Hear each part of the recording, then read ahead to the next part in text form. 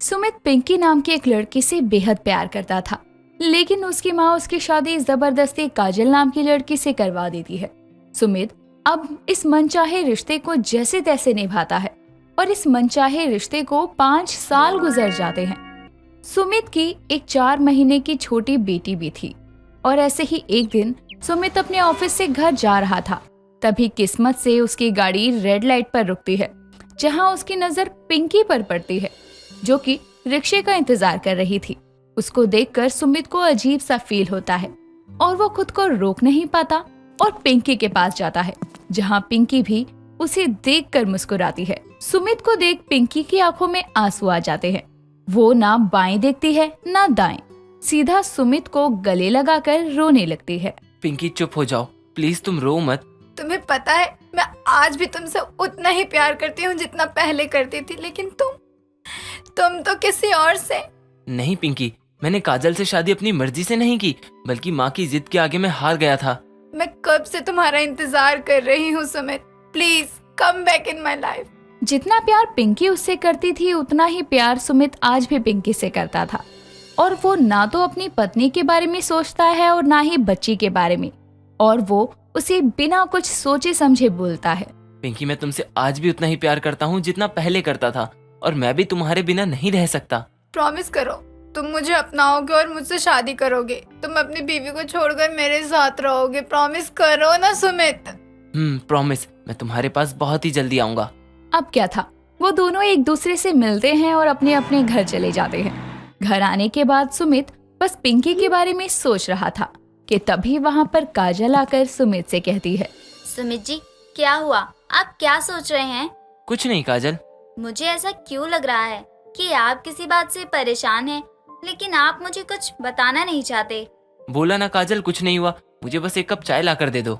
सुमित का बदला बदला बर्ताव काजल को बिल्कुल अच्छा नहीं लगता और वो चुपचाप वहाँ से सुमित के लिए चाय बनाने जाती है। किचन में वो चाय बना रही थी, तभी वहाँ पर विमला यानी काजल की सास आती है और अपनी बहू से कहती है, बहू आज क्या बनेगा खाने में? आप बताइए मम्मी जी, मैं खाने में क्या बनाऊं? बहू तो मुझसे पूछती है, अरे तू तो जानती ही है कि मैं किसका नाम लेती हूँ। हाँ माँ जी, मैं जानती हूँ। आप थोड़ी देर बाहर बैठिए, मैं सुमित जी की चाय देकर आती हूँ, उसके बाद कड़ी चावल बना दूंगी। काजल अब सुमित को चाय दे देती है, जिसके बाद वो कड़ी चावल बनाने लगती है। कुछ देर में कड़ी चावल बन जाते हैं और सभी कड़ी चावल खाने लगते हैं। कड़ी चावल खाकर विमला अपनी बहू से कहती है, बहू सच में तेरे हाथों में जादू है, तू इतने टेस्टी कड़ी चावल कैसे बना लेती है? बस माँ जी, ये ना मेरी माँ की रेसिपी है और आप तो जानती हैं कि माँ के हाथों में जादू होता है। ये तो बिल्कुल सही कहा तूने। सास बहू आपस में बातें कर रहे थे कि तभी विमला की नजर सुमित पर जाती है, जहां वो देखती है कि सुमित बिल्कुल शांत है। ये सब देखकर विमला अपने बेटे से कहती है, बेटा सुमित क्या हुआ, तुझे बहू के हाथ के कड़ी चावल अच्छे नहीं लगे क्या? नहीं, ऐसा नहीं है, भला काजल के हाथ के चावल किसको नहीं पसंद होंगे। इतना बोलकर सुमित खाना खाने लगता है और खाकर सोने चला जाता है। ये देखकर काजल अपनी सास से कहती है, माँ जी, मुझे ऐसा क्यों लग रहा है कि सुमित जी परेशान हैं? पता नहीं बेटा, ये तो किसी को कुछ बताता भी नहीं है, लेकिन तो इसका ध्यान रखना। जी माँ जी। अब क्या था, काजल अपने कमरे में चली जाती है और अपने पति और बेटी के साथ सो जाती है। अगली सुबह सुमित काजल के लिए एक चिट्ठी छोड़कर चला जाता है। माँ जी, सुबह से सुमित जी को ढूंढ रही हूँ, पर वो पूरे घर में कहीं नहीं है, और तो और उनका सामान भी घर में नहीं है। ये तो क्या बोल रही है, बहू सुमित यही कहीं होगा, हो सकता है वो अपने किसी दोस्त से मिलने गया हो। नहीं माँ जी, सुमित जी कहीं भी नहीं है, मैंने उनके सभी दोस्तों को फोन करके पूछा है। काजल अपनी सास से बातें कर रही थी कि तभी वो देखती है कि झूले में उसकी बेटी के पास एक चिट्ठी पड़ी है। अब काजल अपनी बेटी के झूले के पास जाकर उस चिट्ठी को पढ़ती है। काजल, मैं तुमसे शादी नहीं करना चाहता था, पर माँ के दबाव में आकर मैंने तुमसे शादी की थी और मैंने पूरे दिल से इस रिश्ते को निभाने की कोशिश करी, पर मैं इसमें नाकाम रहा। और कल जब मुझे मेरा खोया हुआ प्यार मिला तो मैं खुद को रोक नहीं पाया, और इसीलिए मैंने खुद को इस रिश्ते से आज़ाद कर लिया और अपने प्यार के पास वापस आ गया। उम्मीद है कि तुम भी हमारी बेटी के साथ आगे बढ़ जाओगी और उसका अच्छे से ख्याल रखोगी। सुमित की चिट्ठी पढ़कर काजल को बहुत ठेस पहुंचती है और वो रोते हुए अपनी सास विमला को सब बताती है। सुमित की चिट्ठी सुनकर विमला को बहुत दुख होता है और विमला काजल से कुछ कह पाती कि तभी काजल वहाँ से रोते हुए चली जाती है। ऐसे ही समय गुजरता है और समय के साथ सुमित के ना होने पर विमला और काजल के हालात बिगड़ने लगते हैं। और ऐसे ही एक दिन काजल बाहर कुछ सामान लेने के लिए जा रही थी, जहाँ वो सुनती है कि उसके मोहल्ले की कुछ औरतें उसको देखकर बातें बना रही हैं। बहन, इस औरत को देख रही हो? हाँ बहन, क्यों? जानती हो कौन है ये औरत? अरे ये तो अपनी विमला बहन की बहू है ना, काजल। अरे सबके मुंह से बहुत सुना है कि ये बहुत अच्छी बहू है इसकी। धत, काहे की अच्छी बहू? बहन, दूर का ढोल तो सबको ही सुहाना लगता है। तू जानती भी है सुमित ने इसको छोड़ दिया है। क्या बात कर रही हो बहन? और नहीं तो क्या, बेचारी विमला बहन ना जाने अब अपनी पोती को कैसे पालेंगी। इस औरत ने तो एक बेटे को उसकी माँ से ही अलग कर दिया। खुद तो ना अपने पति के साथ रही, न उसको माँ के साथ रहने दिया। पर बहन ऐसा भी क्या हुआ है? अब क्या जाने बहन, क्या हुआ क्या नहीं। अब ये तो इसके घर वाले और इसका पति ही जानता होगा ना। हम तुम जैसे लोग कहाँ ही जानते हैं कुछ। औरतों की बात पास खड़ी काजल सुन लेती है और वो किसी को जवाब ना देते हुए अपने घर चली जाती है और रोने लगती है।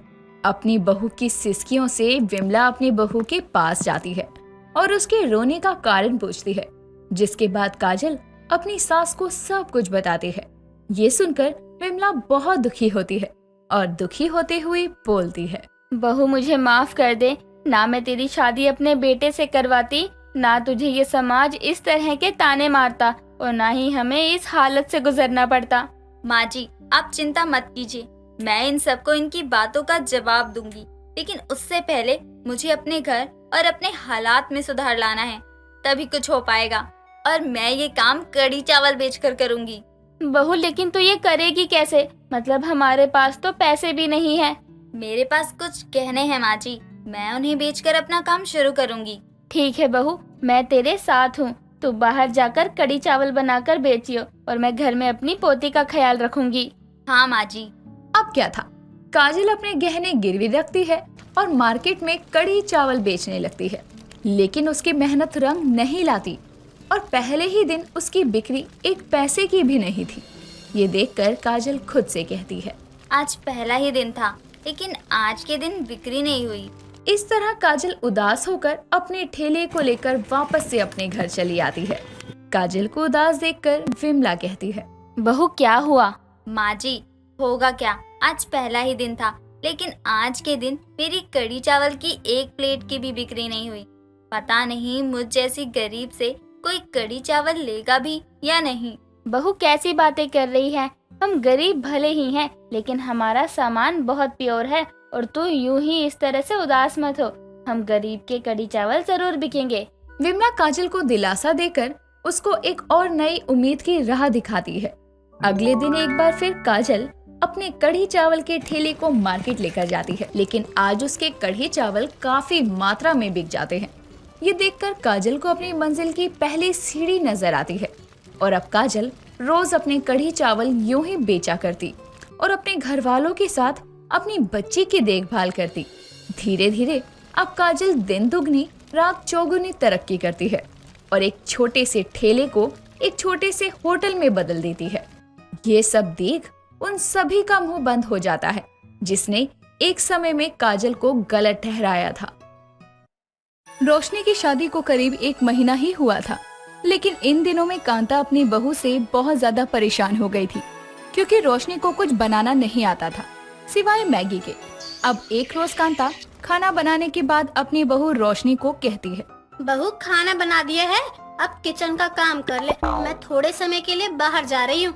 ठीक है माँ जी, अभी झाड़ू लगाकर कपड़े और बर्तन भी कर देती हूँ। इतना कहने के बाद ही रोशनी अपने काम में लग जाती है। वहीं दूसरी तरफ कांता विमला से मिलने उसके घर जाती है। विमला भी कांता को देखकर कांता से कहती है, अरे कांता, ओहो भाग्य हमारे जो आप यहाँ पधारे। क्या बात है, बड़े दिनों बाद दिखी है। बहू क्या आई, तू तो मेरे घर का रास्ता ही भूल बैठी। अरे क्या बताऊं विमला बहन, लोग कहते हैं बहू बेटी से घर को सुख मिलता है, लेकिन यहाँ तो उल्टा ही है। जब से मेरी बहू आई है तब से तो और काम हो गया है। क्यों, क्या हुआ कांता? तेरी बहू काम काज नहीं करती है क्या कोई? खाना ही नहीं बनाना आता उसे। क्या बताऊं मैं तुझे, सुबह शाम खाना बनाती हूँ, तब जाकर वो कोई दूसरा काम करती है। बहुत बुरा लगा कांता सुनकर कि अब इस उम्र में भी तुझे घर का काम करना पड़ रहा है। रोशनी को खाना बनाना नहीं आता था, सिर्फ वो मैगी बनाना ही जानती थी, वो भी स्पेशल वाली मैगी। अब कांता और विमला काफी समय एक दूसरे से बात करने के बाद कांता के घर आते हैं और विमला ये देखकर हैरान थी कि उसके सामने ही कांता की बहू बैठी थी, लेकिन वो कुछ अजीब सा खा रही थी। राम राम कांता, ये क्या खा रही है तेरी बहू? कहीं ये चाइना रहकर तो नहीं आई है ना? सांप केचुआ क्या खा रही है? हे भगवान, इस औरत ने मेरे पूरे घर को अशुद्ध कर दिया। अरे माँ जी, आप ये क्या बोले जा रही हैं? सांप केचुआ? कांता बता इसे ये क्या खा रही है और मुझे कह रही है मैं क्या बोल रही हूँ। बहू, हम तेरी ये अजीब सी चीज की बात कर रहे हैं। ये तू क्या खा रही है? मुझसे तो देखी भी नहीं जा रही है। माँ जी, आप लोग कहीं मेरी मैगी की बात तो नहीं कर रहे? मैगी? मैगी? हाँ हाँ मैगी, ये मैगी है, इसे ब्लैक नूडल्स कहते हैं मम्मी जी। ये सुनने के बाद ही विमला अपने सर को पीटते हुए कहती है, ना जाने आज के बच्चे क्या खाते हैं, और आज से पहले तो मैंने ऐसी मैगी देखी ही नहीं है। हाँ, मैंने भी अब तक पीली मैगी ही देखी थी, लेकिन ये काली मैगी? बहू, ये बनती कैसे है? माँ जी, जैसे छोले बनते हैं ना, वैसे ही ये भी बनाए जाते हैं। मैंने चाय पत्ती की पोटली मैगी के उबलते हुए पानी में रखकर। अरे बहू, उसमें कैसा स्वाद? उसमें तो मैगी और भी कड़वी हो गई होगी। आंटी, सबका अपना अपना टेस्ट होता है। किसी को सिंपल मैगी अच्छी लगती है तो किसी को मसाले वाली, और मुझे काली मैगी अच्छी लगती है। काली मैगी देखकर विमला और कांता को बड़ा ही अजीब लगता है, लेकिन वो दोनों बस रोशनी को मैगी खाते देख रहे थे। हालांकि विमला को भी मैगी बहुत पसंद थी, लेकिन वो रोशनी को खाते देखकर कांता से कहती है, कांता, मैं तो 2 टाइम मैगी खाती हूँ, अब तो मुंह को भी ना लगाई जाएगी मेरे से मैगी। एक रोज कांता अपनी बहू को लेकर अपनी बड़ी बहन के घर जाती है, जहाँ जाकर कांता की बहन महिमा कांता से कहती है, कांता, चाय पानी क्या लेगी? अब आई है तो खाना खाकर ही जाइयो। अरे दीदी, खा पी कर निकले थे और तेरा तो हाथ भी टूटा हुआ है, कैसे क्या करेगी? अरे कांता, इस हालत में भी मैं घर का काम काज करती हूँ। और बहू, कैसी है तू? तुझसे तो मैं कुछ पूछना ही भूल गई, तू कुछ खाएगी? ब्लैक मैगी मिल जाती तो मौसी जी, भूख लग रही थी। कौन सी मैगी? काली मैगी? ये कैसी मैगी होती है बहू? ये सब नहीं बनाना आता मुझे, अगर तुझे आता है तो देख ले, बना ला। इतना सुनाने भर की देरी थी और रोशनी महिमा के किचन में जाकर 20 मिनट बाद ही काली मैगी बनाकर लाती है और अब उस मैगी को कटोरे में लेकर रोशनी हॉल में आती है। बहू, बना लाई काली मैगी? जरा मैं भी देखूं कैसी बनी है। ये देखो माँ जी, बड़ी ही टेस्टी बनी है। राम राम, ये तो केंचुए की तरह लग रही है। बहू, तुझे घिन नहीं आ रही? माँ जी, बस इसका कलर ही तो अलग है, बाकी तो टेस्ट वैसा ही होता है। अब रोशनी देर शाम अपनी सास के साथ घर आती है और घर आते ही कांता अपनी बहू से कहती है, बहू, तू तो कहीं भी ले जाने के लायक ही नहीं है। क्या जरूरत थी वहाँ दीदी से ये कहने की तुझे काली मैगी खानी है? माँ जी, उन्होंने पूछा तो मैंने बता दिया, क्योंकि आप ही तो कहती हैं बड़ों का दिल नहीं दुखाना चाहिए। हाँ बहू, मेरा और कहना तो तेरे दिमाग में जाता ही नहीं है, लेकिन ये जरूर चला गया। अब तुझसे कोई क्या ही बहस करे। कांता अपनी बहू की काली मैगी खाने की आदत से परेशान थी। वो ना चाहकर भी अपनी बहू को कुछ बोल भी नहीं पाती थी, क्योंकि वो अपनी आदतों से बाज आने वाली नहीं थी। एक रोज कांता अपनी बहू को साथ में हॉस्पिटल लेकर जाती है, जहां कांता तो हॉस्पिटल में टेस्ट करवाने के लिए चली जाती है और उसे काफी समय हो जाता है। तब तक इधर रोशनी अपने घर से बनाई हुई मैगी खोलकर हॉस्पिटल के पार्क में बैठकर खाने लगती है। बेचारी, कपड़े तो अच्छे भले पहने हैं, लेकिन ना जाने क्या खा रही है। ये लो 20 रुपए, कुछ खा लेना। ये मुझे 20 रुपए क्यों देकर गया? क्या मैं इसे भिखारी लग रही हूँ? देखो तो, शहर के लोग केचवा खा रहे हैं, जरूर चाइना की होगी। ए बेटी, नाम क्या है तुम्हारा? और तुम इन कीड़े मकोड़ों को क्यों खा रही हो? हम तुम्हें खाना देते हैं, रुको तुम। अरे अम्मा, क्या कर रही हो? मुझे नहीं चाहिए आपका खाना, और आपको मैं, मेरा मतलब भिखारी लग रही हूँ या पागल लग रही हूँ? बाप रे बाप, बात तो अच्छे से कर रही है और कपड़े भी अच्छे ही का। खाना नहीं ले रही है तो 10 रुपया ही दे देते हैं। ये लो बेटिया, और खुश रहो। अरे अम्मा, आप तो मेरे गले ही पड़ गई हैं। मैंने कहा ना मैं पागल नहीं हूँ। अरे बिटिया, हम चलते हैं, ना जाने क्या बोल रही हो। इतना बोलकर वो औरत भी रोशनी को 10 रुपए देकर चली जाती है अब रोशनी अपनी मैगी पर ध्यान देती है और उसे खा ही रही होती है कि तभी एक छोटी सी बच्ची अपनी माँ से कहती है, मम्मा देखो ना, वो आंटी क्या खा रही है, कितनी गंदी सी चीज खा रही है। अरे बेटा कोई नहीं, पागल औरत होगी, चलो जल्दी वरना डॉक्टर चले जाएंगे। एक्सक्यूज मी, मैं पागल हूँ? आपको किसने कहा? अरे आप तो बिना बात गले पड़ रही हैं, जाइए, मुझे आपके मुंह नहीं लगना। बड़ी आई मुझे पागल बोलने वाली, शक्ल से खुद तो मेंटल हॉस्पिटल के टॉयलेट साफ करने वाली लगती है। अब रोशनी और उस औरत में बहुत लड़ाई होने लगती है और कुछ समय बाद ही कांता भी हॉस्पिटल से आ जाती है और वो रोशनी को लड़ते हुए देखकर उनकी लड़ाई सुलझवाती है। और अब औरत जाते जाते रोशनी को कहती है, क्या पागल औरत है, बिना बात लड़ने आ गई। बताओ, मेरी बच्ची ने सिर्फ यही तो कहा था कि वो आंटी कुछ गंदी सी चीज खा रही है। इसका मतलब बहू, तूने यहाँ वही काली मैगी खाई? माँ जी मुझे भूख लगी थी तो क्या करती, पर आप भी तो 2 घंटे से यहाँ अंदर हैं। हाँ हाँ बहू, अब तक तो तेरा पेट भूख से कहीं भाग जाता है ना, सब्र नाम की चीज ही नहीं है तुझ में। माँ जी आप अभी भी मुझे ही सुना रही हैं। पहले तो लोगों ने मेरा दिमाग खराब करके रखा हुआ है। तेरी हरकतें ही ऐसी है जिस वजह से तू खुद का दिमाग खुद ही खराब करती है, साथ में दूसरों का भी करती है।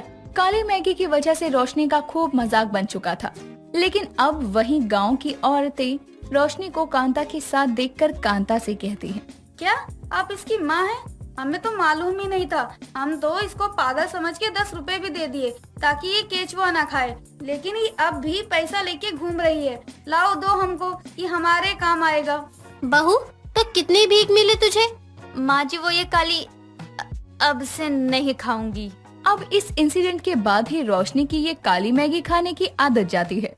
सुजाता गोबर से उपले बना ही रही होती है कि सुजाता की बहू मेघा छत पर कपड़े सुखाने आ जाती है। माँ जी आप क्यों उपले बनाती हो? अरे भगवान की कृपा से कुणाल जी काफी अच्छा कमाते हैं, हमें किसी चीज की कोई कमी नहीं है, तो आप क्यों उपले बनाकर घर में बदबू फैला रही हो? बहू, ये इतना बड़ा घर तेरे पति की नौकरी से नहीं बल्कि उपले के बिजनेस से बना है। ठीक है माँ जी, समझ गई कि आपका ये बिजनेस है, लेकिन अब क्या जरूरत है आपको ये सब करने की? बहू, ये जरूरत से ज्यादा मेरा लगाव है, इसीलिए मैं गोबर के उपले बनाती हूँ। मैं तो ये भी बोलूँगी कि बहू तू भी उपले बनाया कर। अरे मेरे बिजनेस को और एक हाथ मिल जाएगा, कितना अच्छा होगा ना? ना माँ जी, मुझे तो गोबर की बदबू से ही उल्टी होती है और मैं ये उपले नहीं बना सकती हूँ। ये सब तेरे चोचले है। करने वाला इंसान होता है ना तो वो बदबू या कुछ नहीं देखता, वो तो बस अपने काम से मतलब रखता है। और एक तू है कि बहाने बना रही है इतने से काम में भी। सुजाता खुद तो गोबर के उपले बनाती ही थी, लेकिन वो अपनी बहू को भी गोबर के उपले बनाने को कहती है, जो कि मेघा को बिल्कुल पसंद नहीं था। एक दिन सुजाता गाय का गोबर लेने जाती है और गोबर ले आ रही होती है कि तभी सुजाता को गाय लात मार देती है और सुजाता के हाथ में चोट आ जाती है। चोट की वजह से सुजाता से एक बर्तन भी इधर से उधर नहीं हो रहा था। सुजाता जैसे तैसे घर आ जाती है। बहू जरा मेरे हाथ में गरम पट्टी बांध दे, बहुत दर्द हो रहा है। अरे माँ जी अब क्या हो गया आपको? अपने गले को इतनी तकलीफ क्यों दे रही हो? यहाँ मेरा हाथ काम नहीं कर रहा और तुझे मजाक करना है? माँ जी हाथ काम कर नहीं रहा है, आपके हाथों को अचानक से क्या हो गया है? सुबह तक तो ठीक थी आप। अरे गाय ने लात मार दी। अब तक तो घोड़े लात मारते ही थे, लेकिन आज तो गाय ने भी लात मार दी। हाय बहुत दर्द हो रहा है बहू। माँ जी रुको, मैं आपके लिए अभी फिटकरी वाला गर्म पानी लेकर आती हूँ, उससे आपको आराम होगा। बहू ये सब तो बाद में भी हो जाएगा, लेकिन अभी तो मुझे किसी और बात की टेंशन खाई जा रही है। टेंशन किस बात की माँ जी, क्या हुआ बताओ? मैं गोबर के उपले बनाकर जिन लोगों को बेचती हूँ वो लोग आने ही वाले होंगे और उपले एक भी नहीं बने। अब मैं उन्हें क्या कहूँगी? मैं तो ये सोच रही हूँ। माँ जी मैं तो पहले ही मना कर रही थी कि उपले का बिजनेस बंद कर दो, लेकिन आपने सुना ही नहीं। चुप कर बहू, जब बोलेगी तो गलत ही बोलेगी। तू मेरी बहू है ना, मेरी एक बात मानेगी? माँ जी एक नहीं 2 बात मान लूंगी, लेकिन मुझे गोबर के उपले वगैरह बनाने की उम्मीद मत करना। बहू देख, अब तो मैं बूढ़ी ही हो गई हूँ और अगर तुझे इस घर की तिजोरी की चाबी संभालनी है तो गोबर के उपले बनाने पड़ेंगे, वरना तो जब मेरी आखिरी सांस चलेगी तब मैं ये सब दान में दे जाऊंगी। तिजोरी की चाबी तो चाहिए मुझे, लेकिन चाबी के लिए मुझे इतनी बड़ी कीमत चुकानी पड़ेगी। क्या हुआ बहू, इतना क्या सोच रही है? मैंने कुछ कहा है, बता, उपले बनाएगी? हाँ हाँ माँ जी, मैं तिजोरी की चाबी, अरे मेरा मतलब आपके लिए बस मैं गोबर के उपले बनाऊंगी। चल बहू, फिर काम कर और जा पहले गोबर इकट्ठा कर। सुजाता की बात मेघा मान लेती है और गोबर इकट्ठा करने के लिए चली जाती है। मेघा पहली बार गोबर इकट्ठा कर रही होती है, इसीलिए पहले वो एक कागज की मदद से गोबर उठा रही होती है और कागज गोबर की वजह से बार बार पिघल जा रहा था और गोबर मेघा के हाथ में लग रहा था। ये गोबर है या क्या है? एक तो इतनी बदबू आ रही है इसमें से, ऊपर से सीधा दिमाग में जा रही है गोबर की बदबू। माँ जी पता नहीं कैसे उपले बना लेती हैं। मुझसे तो गोबर इकट्ठा भी नहीं हो रहा है, बार बार हाथ से गिर जा रहा है। काफी देर तक मेहनत करने के बाद भी मेघा से गोबर के उपले नहीं बनते हैं और वो रात होने के बाद घर चली जाती है। घर जाते ही मेघा अपने कमरे में नहा रही होती है कि तभी उसका पति कुणाल आ जाता है, जिसे गोबर की बदबू आ रही होती है। आय हाय, अब तक माँ ये गोबर के उपले छत पर या घर के बाहर बनाती थी, लगता है माँ जी ने आज तो गोबर के उपले घर में ही बना दिए। अरे कितनी गंदी बदबू आ रही है। अरे ये माँ जी के गोबर के उपले बनाए थे, माँ जी ने बनाने को कहा था तो बस मैं वही बना रही थी। उपले तो बने नहीं, लेकिन गोबर में नहा लिया है मैंने। क्या तुमने और गोबर के उपले बनाए? आज तो तुमने सच में अलग ही कमाल किया है। तुम्हें ज्यादा हंसी आ रही है तो मुझे बता दो, गोबर के उपले नहीं बने लेकिन तुम्हारा नक्शा जरूर बना दूंगी, वो भी पूरी दुनिया का। बताओ बनाऊं मैं? अरे नहीं नहीं, तुम गुस्सा क्यों कर रही हो? अब मैं तो बस मजाक कर रहा था, तुम तो बुराई मान गई। बुरा तो तुम मानोगे जब मैंने कुछ किया तो। अरे ठीक है, अब बुरा क्यों मान रही हो? मैं तो बस थोड़ा सोच रहा हूँ कि आज तुमने गोबर के उपले बनाने का सोच भी कैसे लिया। ये तो सच में चमत्कार हो गया। अरे तुम्हारी माँ की वजह से अब मुझे गोबर के उपले भी बनाने पड़ रहे हैं और तुम हंस रहे हो। मेघा और कुणाल की बहस होने लग जाती है। मेघा तो काफी परेशान हो रही थी गोबर के उपले बनाने की वजह से, लेकिन वो जैसे भी करके गोबर के उपले बनाने के लिए अगले दिन फिर जाती है और गोबर इकट्ठा करके बैठ जाती है। माँ जी गोबर के उपले पूरे गोल बनाती थी और अगर मुझे गोल उपले बनाने हैं तो चौका बीना लाना पड़ेगा। जैसे चौका पर रोटी गोल बनती है वैसे ही उपले भी गोल ही बन जाएंगे ना। मेघा अंदर से जाकर चौका बिना की मदद से गोबर को बेलने लगती है, लेकिन फिर भी मेघा से उपले बनते ही नहीं कि वहाँ सुजाता अपनी पड़ोसन के साथ आती है। सुजाता अपने पड़ोसन मेघा को चौका बिना की मदद से उपले बनाते हुए देखती है। अरे सुजाता, आज तो तुझे बिल्कुल आयुर्वेदिक गाय के गोबर वाली रोटी मिलेगी। बहू, ये क्या कर रही है? मैंने तुझे उपले बनाने को कहा था और तू रोटी बनाने लग गई। माँ जी मैं तो उपले बना ही रही हूँ, आप जैसे गोल बनाती हो मैं भी आपकी तरह गोल बनाने की कोशिश कर रही हूँ। क्या हुआ, अब आप गुस्सा क्यों कर रही हो? मैं तो काम ही कर रही हूँ ना। बहू, तुझे उपले बनाने को कहा था, रोटी नहीं। अरे उपले बनाने हैं तो उसमें थोड़ा भूसा और मिट्टी मिलाना। तू तो चौका बिना इस्तेमाल करने लगी। कभी देखा है मुझे ऐसे बनाते हुए? माँ जी मैं तो बस कोशिश कर रही हूँ कि मैं भी आपकी तरह ही परफेक्ट बना सकूं। बहू, तू बहुत ही परफेक्ट बना रही है। सच में तेरे जैसा तो आज तक किसी ने बनाना तो दूर की बात है, सोचा भी नहीं होगा। सही है सुजाता, तेरी बहू भी। सुजाता को बहुत गुस्सा आता है अपनी बहू पर, क्योंकि उसकी वजह से पड़ोसन के आगे सुजाता और उसकी बहू का मजाक बनता है। कई दिन निकल जाते हैं, लेकिन फिर भी मेघा को गोबर के उपले बनाना नहीं आया था। कुछ दिनों के बाद मेघा की मेहनत रंग लाती है और वो उपले बनाना सीख जाती है। ये देखकर सुजाता को काफी अच्छा लगता है। ये सब देखकर एक दिन सुजाता एक तसले में गोबर लेकर अपनी बहू के पास जाती है। बहू, ये देख मैं तेरे लिए क्या लाई हूँ। अब नहीं माँ जी, मैंने अभी ही इतने सारे गोबर का उपले बनाए हैं, अब और नहीं बना पाऊंगी आज। बहू, ये गोबर के साथ साथ तेरे हाथों में घर की बागडोर भी सौंप रही हूँ। तूने तिजोरी की चाबी के लिए ये सब संभाला था, लेकिन मैं देख रही हूँ कि तूने पूरी मेहनत से काम किया है, इसीलिए मैं तुझे। इसलिए आप मुझे और गोबर पकड़ा रही हो कि मैं और भी ज्यादा उपले बनाऊं? अरे नहीं बहू, तुझे तिजोरी की चाबी चाहिए ना, तो ये चाबी इस गोबर में ही है और मेरा बिजनेस भी अब मैं तुझे सौंप रही हूँ। माँ जी आप सच बोल रही हो ना? आप ये सब मुझे ही सौंप रही हो? हाँ बहू, मैं सच बोल रही हूँ। और अगर तुझे तिजोरी की चाबी चाहिए तो तुझे गोबर में ही हाथ डालकर चाबी निकालनी होगी। फिर चाबी भी तेरी और मेरा बिजनेस भी तेरा। सुजाता अपनी बहू को तिजोरी की चाबी देती है और मेघा भी अपनी सास का बिजनेस आगे बढ़ाने में लग जाती है। चमेली का परिवार बहुत ही ज्यादा गरीब था। उसकी माँ उमा एक रोज अपने मिट्टी के घर में चूल्हे पर खाना बनाते हुए चमेली से कहती है, अब तेरी उम्र भी हो गई है शादी करने की। तेरे बाप को बोल रही हूँ कोई लड़का देखकर तेरी शादी कर दे, लेकिन वो है कि सुनता ही नहीं। माँ, हर रोज की तरह आज भी आपका वही पुराना डायलॉग शुरू हो गया। ये तेरे को डायरिया लगता है? अरे मेरी बात से किसी को इस घर में फर्क ही नहीं पड़ता। माँ, मैंने डायरिया नहीं बोला है, मैंने कहा डायलॉग्स क्यों मार रहे हो। उमा काफी गरीब थी और उसे अब अपनी बेटी की शादी की चिंता थी, लेकिन वो अपनी बेटी की शादी किसी बड़े घर में तो नहीं कर सकती थी। एक रोज उमा और चमेली मंदिर जाते हैं और पूजा करने के बाद उमा और चमेली मंदिर से आ रहे थे। तभी सरला मंदिर की सीढ़ियों पर चढ़ रही थी और अचानक सरला लड़खड़ा जाती है और चमेली सरला को संभालते हुए कहती है, अरे माँ जी, आप ठीक तो है ना? आपको कहीं लगी तो नहीं?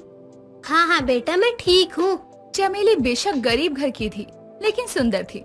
अब चमेली के जाने के बाद सरला मंदिर के पंडित से कहती है, पंडित जी, ये लड़की कौन थी, आप जानते हैं क्या? जी, ये पास के मोहल्ले में रहती है। बड़ी ही सभ्य और गुणी लड़की है ये, लेकिन इसकी बदकिस्मती तो देखो, ये बस बेचारी थोड़ी सी गरीब है। क्या हुआ पंडित जी, किस्मत से गरीब है तो किस्मत का खेल भी निराला ही है। अच्छे अच्छे पैसे वाले को गरीब बना देता है। जी आइए, हम पूजा करते हैं। सरला को पहली नजर में ही चमेली बहुत पसंद आ गई थी। अब सरला पूजा करके घर आ जाती है और बस चमेली के बारे में ही सोच रही थी। तभी वो पंडित जी को फोन करती है और पंडित जी से कहती है, पंडित जी, कोई अच्छा सा मुहूर्त हो तो बताना। जी, कल का मुहूर्त काफी अच्छा है। तो अच्छा है, फिर आप कल मुझे मंदिर पर ही मिलना, एक बहुत ही शुभ काम करवाना है। अब अगले ही दिन अकेले ही सरला मंदिर पहुंचती है और पंडित जी से मिलकर कहती है, पंडित जी, चलिए उस लड़की के घर चलते हैं, मुझे उस लड़की के माता पिता से मिलना है। लेकिन क्यों, कोई बात हुई क्या? आप मुझे कहिए, मैं उन तक बात पहुंचा दूंगा। मुझे अपने बेटे के लिए उनकी लड़की का हाथ चाहिए, मुझे वो लड़की बहुत पसंद आई। लेकिन क्या आप अपने इकलौते बेटे के लिए उस गरीब लड़की का हाथ मांगना चाहोगी? सरला और पंडित अब उस जगह पर पहुंचते हैं जहां चमेली का घर था। अब पंडित जी चमेली की मां को देखकर कहते हैं, जी उमा बहन, ये सरला जी, हम अंदर चलकर बात करें क्या?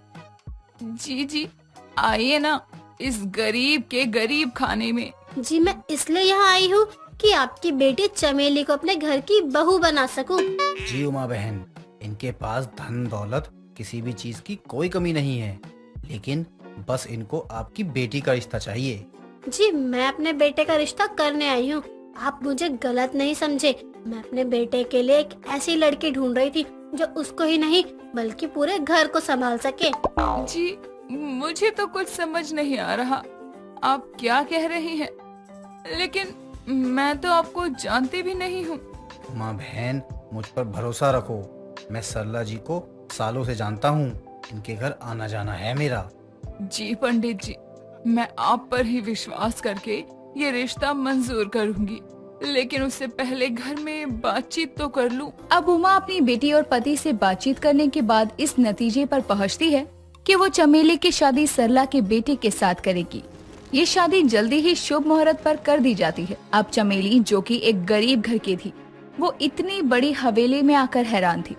अब चमेली की मुंह दिखाई होती है और सरला की पड़ोसन विमला सरला की बहू की मुंह दिखाई करने आती है। सरला, अपने इकलौते बेटे की शादी बड़े ही गुपचुप तरीके से की है तूने।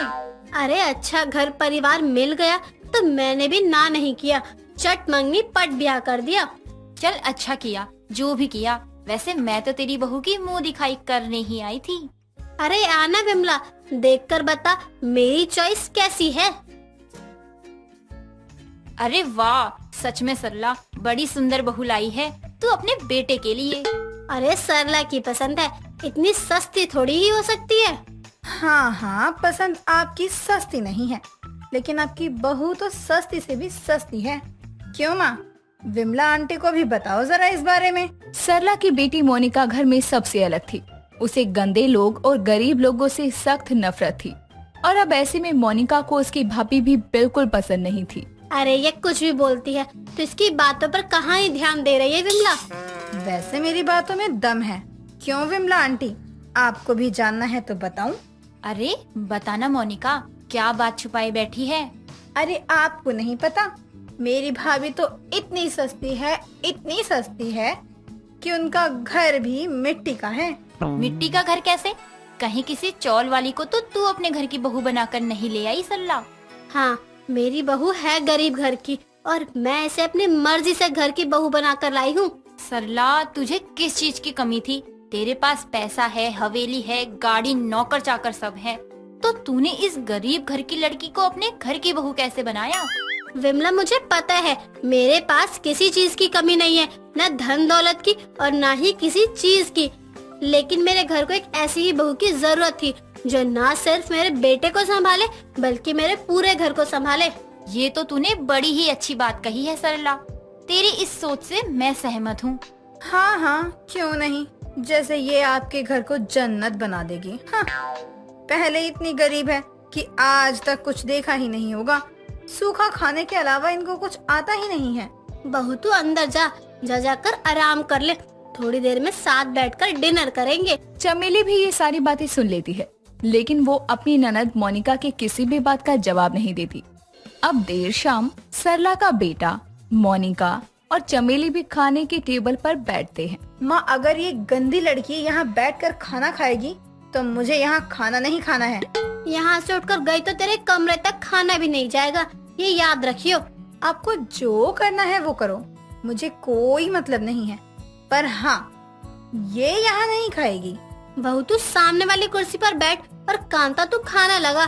ठीक है माँ, अब आप ही खाओ ये सारा खाना। आप यहाँ बैठिए, मैं सबको खाना खिलाकर ही खा लूंगी। बहू तू भी हम सबके साथ बैठकर खाना खाएगी। माँ जी, मैं सबको खिलाकर ही खाऊंगी, आप खाइए ना, मुझे अच्छा नहीं लगेगा।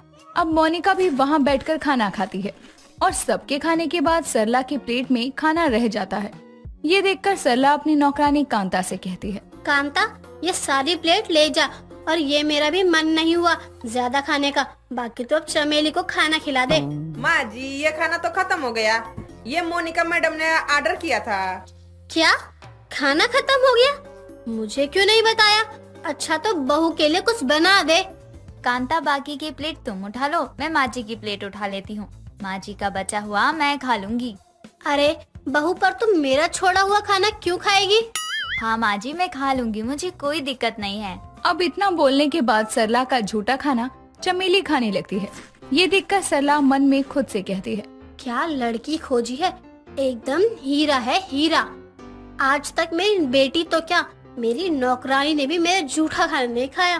माँ, आप जाकर सो जाओ, मैं बर्तन करके आऊंगी। दीदी, मैं करेगी ना, तभी तो घर जाएगी। आप तो इस घर की रानी हो। तो क्या हुआ, मैं अपने घर में भी तो काम करती थी और अब ये भी तो मेरा ही घर है। अच्छा दीदी, वैसे माँ जी बहुत अच्छी है, बस एक वो जो दीदी है वो बहुत बोलती है। हाँ ये तो है, लेकिन ये खाना तो बहुत अच्छा था। हाँ, कभी तुमने ऐसा खाना तो देखा भी नहीं होगा, क्यों? और अगर तू इस घर में पैदा नहीं होती तो शायद तू भी नहीं देखती। सूखी दाल रोटी खाने वाली चमेली अपने अमीर ससुराल में अपनी ननद के तानों के साथ खाना खाती है, लेकिन उसे उस खाने की भी कद्र थी। नेहा बहुत ही सुलझी हुई शरीफ लड़की थी, जो ना ज्यादा किसी से बात करती और ना ही मेल मिलाप रखती।